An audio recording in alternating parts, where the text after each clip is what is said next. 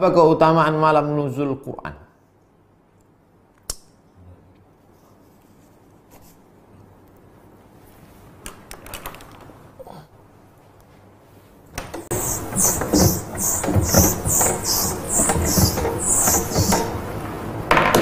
Inna anzalnahu fi lailatul qadr.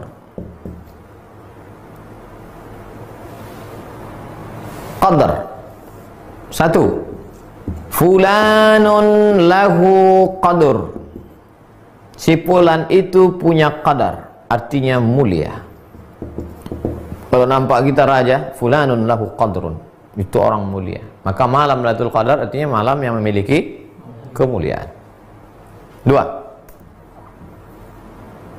yufraqu fihi kullu amrin hakim.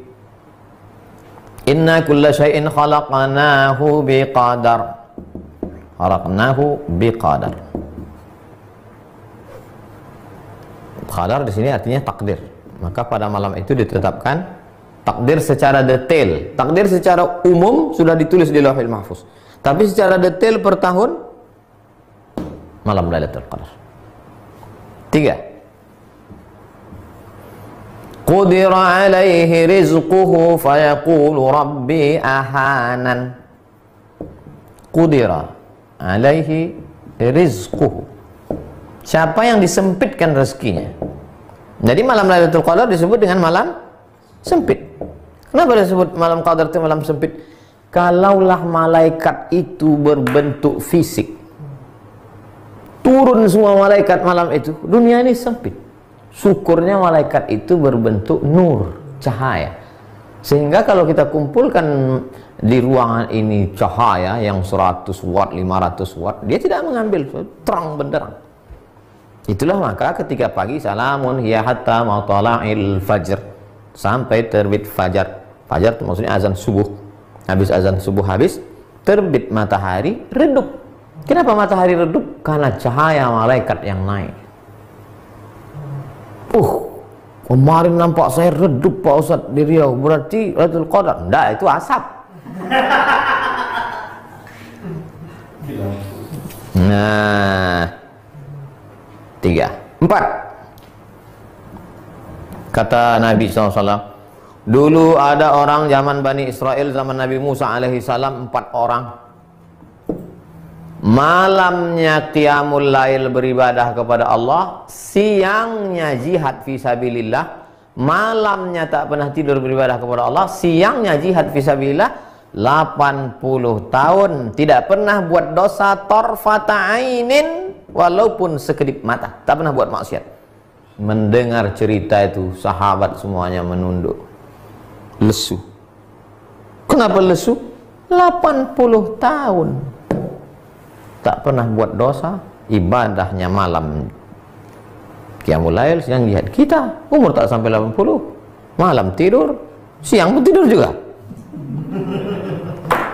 Maka menengok sahabat lesu sedih itu, turunlah ayat, inna anzalnahu fi lailatul qadar, kami turunkan Lailatul Qadar. Lailatul Qadri khairum min alfi syahrin. Lailatul Qadar lebih baik daripada 1000 bulan. 1000 bulan itu lebih dari 80 sekian tahun lebih. Tapi sebetulnya makna alfu adalah angka tertinggi dalam bahasa Arab. Alfu 1000. Makanya parfum yang paling wangi 1000 bunga kata dia, alfu zahra. Ada paling 2-3 helai aja yang petik. Apa ini? Alfu zahra katanya, 1000 bunga. Makna alfu di situ artinya kalian sedih karena Bani Israel 80 tahun, kalian tak ada terhitung alfu syahr. Itulah diantara kemuliaan malam Lailatul Qadar. Kenapa Pak Ustadz di Indonesia malam 17 sementara katanya 10 terakhir?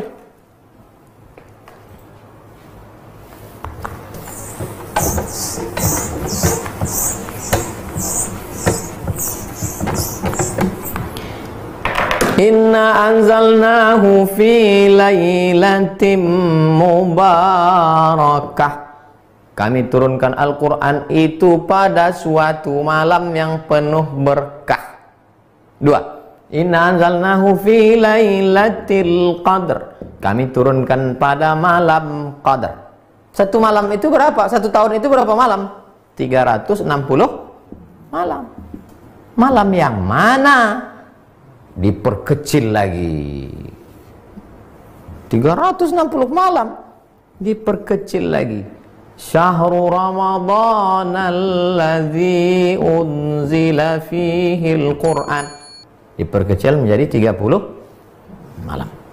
Maka tereliminasilah 330. Tinggal 30. Dari yang 30 malam itu malam yang mana? Maka buka kitab tafsir Ibnu Katsir dalam surat Al-Qadar. Ada pendapat mengatakan malam pertama, ada pendapat mengatakan malam ketiga, ada pendapat mengatakan malam kelima, ada pendapat mengatakan malam ke-9, ada pendapat mengatakan malam ke... Terus pendapatnya mengatakan malam 17. Di antara yang berpegang itu adalah mazhab Syafi'i. Wa ma anzalna ala abdina, yang kami turunkan wahyu pada hamba kami Muhammad sallallahu alaihi wasallam, yaumal jam'ani yaumal furqani yaumal taqal jam'an, pada malam bertemu, pada harinya, malam harinya ketemunya dua pasukan. Kapan ketemunya dua pasukan itu? Tanggal 17 Ramadan. Itulah dalil dia turun tanggal 17 Ramadan. Lalu yang mengatakan 10 terakhir dari hadis, taharru lailatul qadri fil ashril awakhir min Ramadan. Carilah Lailatul Qadar pada malam terakhir Ramadan. 21 ramai iktikaf masjid, 22 kosong, 23 full, 24 mall, 25 penuh, 26 sibuk pasar bawah membeli, 27 puncaknya, 28 kosong, 29 balik kampung. Datang corona, kosong semuanya.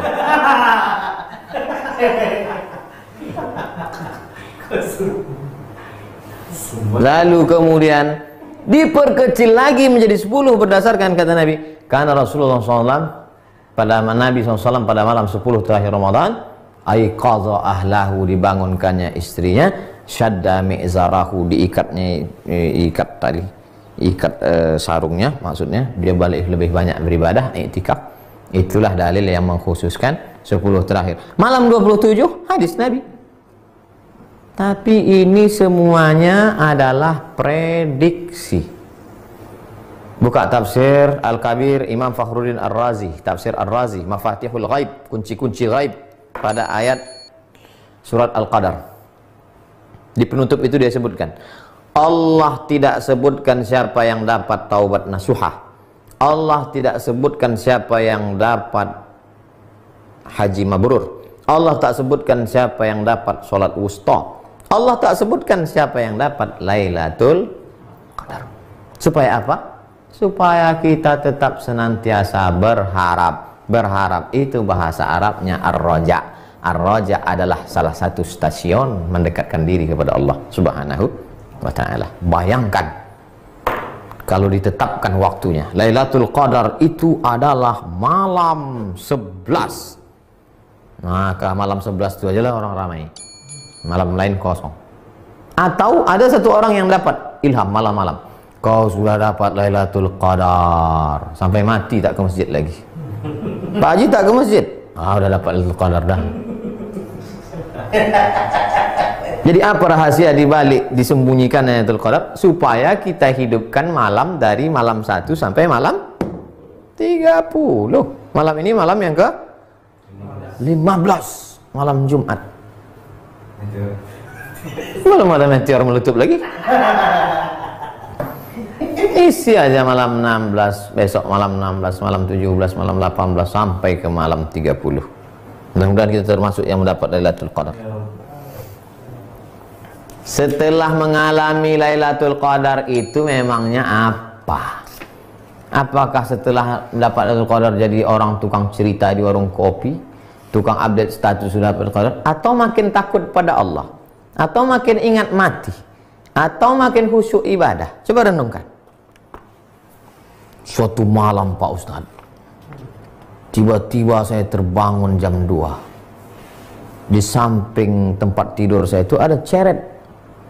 Mau saya tuangkan air, gak keluar Pak Ustadz. Rupanya malam Lailatul Qadar membeku air malam itu. Tak keluar Pak Ustaz, beku. Situlah saya dapat Lailatul Qadar. Tak berapa lama meng-WA istrinya. Jam 1 tuh aku membersihkan kulkas. Letakkan es batu dalam ceret abang tuh. Nah, beku lah ya. Orang ini banyak mengada-ngada aja. Mengaku berjumpa Nabi Khidir, mengaku itu ini. Itu sebetulnya dibalik itu semua untuk merenung dalam hati, apakah kau makin khusyuk, kau makin takut, kau makin wara, kau makin zuhud, atau kau jadi tukang cerita kemana kemari. Udah perhatikan baik-baik. Perhatikan baik-baik. Kita udah 42 stasiun ini. Tanggung ini. Ustadz, saya ada kebiasaan setiap berangkat dan pulang kerja selalu mencium istri saya. Apakah boleh hal seperti itu dilakukan saat Ramadan? Orang yang mengatakan boleh mencium istri, dalilnya adalah hadis riwayat Aisyah, wa kana Rasulullah SAW qabbala. Nabi mencium Aisyah bulan puasa. Ulama yang mengatakan tidak, Nabi boleh, karena Nabi bisa mengontrol hawa nafsunya. Kau tak terkontrol, takut dia lepas. Apalagi akad nikahnya baru kemarin 1 Ramadan. Berapa banyak orang tak bisa menahan hawa nafsu, melakukan hubungan pada siang Ramadan itu, berpuasa 2 bulan berturut-turut, bukan tahun tanggung. Yang jalan tengah, kalau dia bisa menjaga hanya sekedar kasih sayang, boleh. Tapi kalau yang tak bisa, maka dia jaga dirinya. Itu tentang mencium istri pada bulan Ramadan. 3. Orang tua saya sudah tak kuat puasa karena sudah tua, sementara keluarga kami kurang mampu. Bagaimana agar bapak saya tak dapat puasa? Bagaimana agar bapak saya tidak dapat dosa karena meninggalkan puasa? Kata kuncinya membayar fidyah.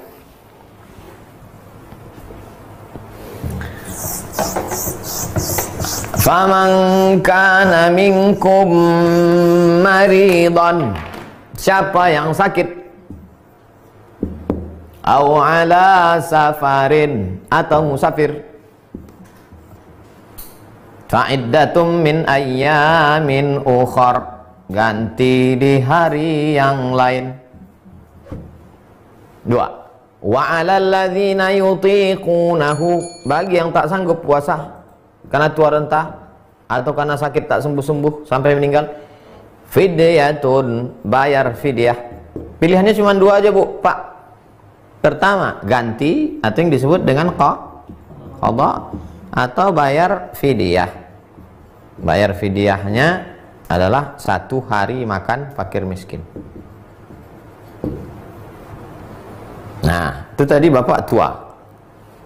Bapak tua tak mungkin qadha, tak bisa. Nanti Syawal, Zulqa'dah, Zulhijjah dia bukan makin muda, makin tua. Makin tak bisa. Kalau begitu dia bayar fidyah. Yang jadi masalah Pak Ustadz, kami kurang mampu.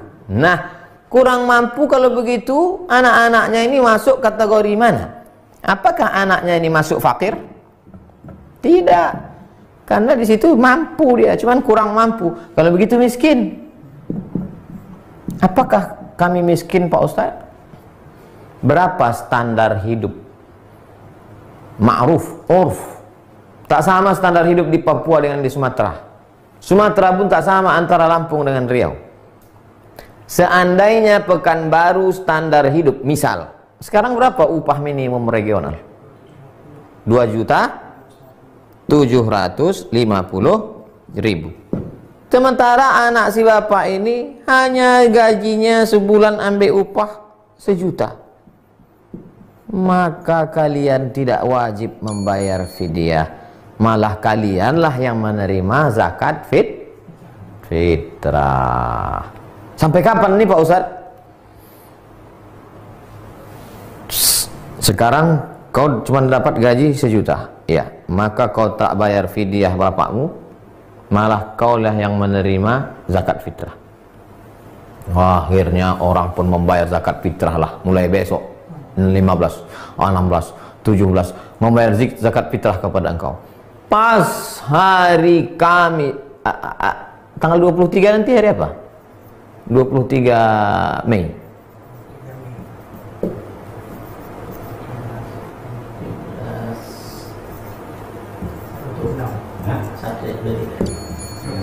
Hari Sabtu. Pas hari Sabtu 23 Mei, tiba-tiba engkau mendapat beras 5 gon. Saking banyaknya orang, maka pada saat itu engkau sudah mampu, maka bayarkanlah fidyah. Kesimpulannya, keywordnya, kata kuncinya adalah pada mampu tak mampu. Kalau kau tak mampu sampai Idul Fitri, berarti kau tak mampu. Tapi rupanya dibukakan Allah rezekimu, berduyun-duyun orang datang, dapat dari RT, dapat dari Bang Riau Kepri, dapat PSBB, dapat Al-Azhar Syifa Budi, dapat, wah, bertumpuk Ustaz. Bayarkanlah, jangan pula nanti kami masih susah. Susah betul baru tahu. Jelas itu Pak, Bu. Terakhir, Ibu Aisyah, jika ada seorang perempuan dipinang oleh lelaki masih awam, belum terlalu mengenal agama, masih dalam perjalanan hijrah, bagaimana pendapat Ustadz?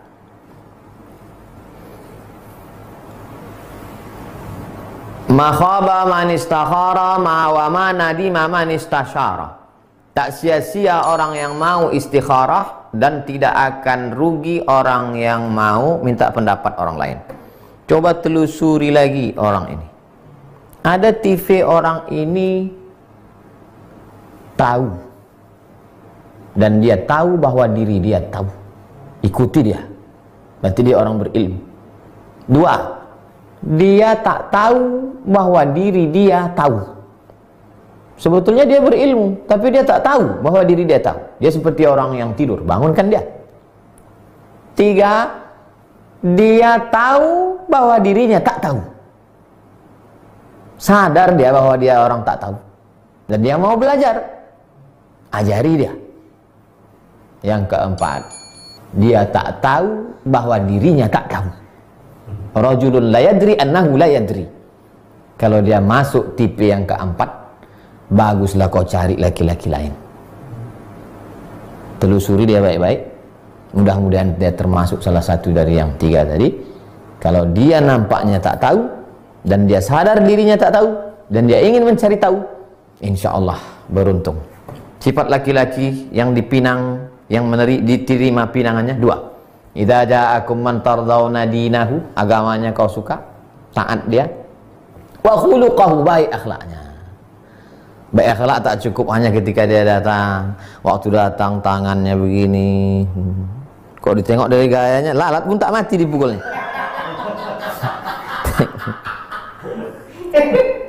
Tapi tanya juga kawan-kawan dia.